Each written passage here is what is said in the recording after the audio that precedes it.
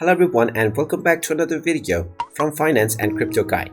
In this video, I'm going to show you how to download the Capital One application on your smartphone.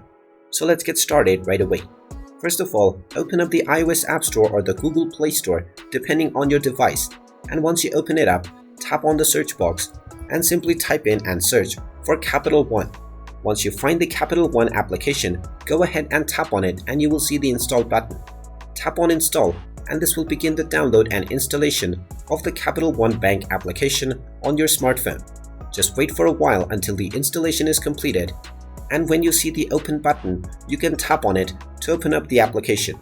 And now you can continue with logging into your existing account or signing up to create a new one to start using the Capital One banking application from your device. And there you have it. That is how easy it is to install the Capital One banking application on your smartphone.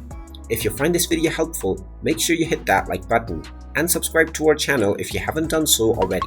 Also ring that notification bell to never miss another update from us.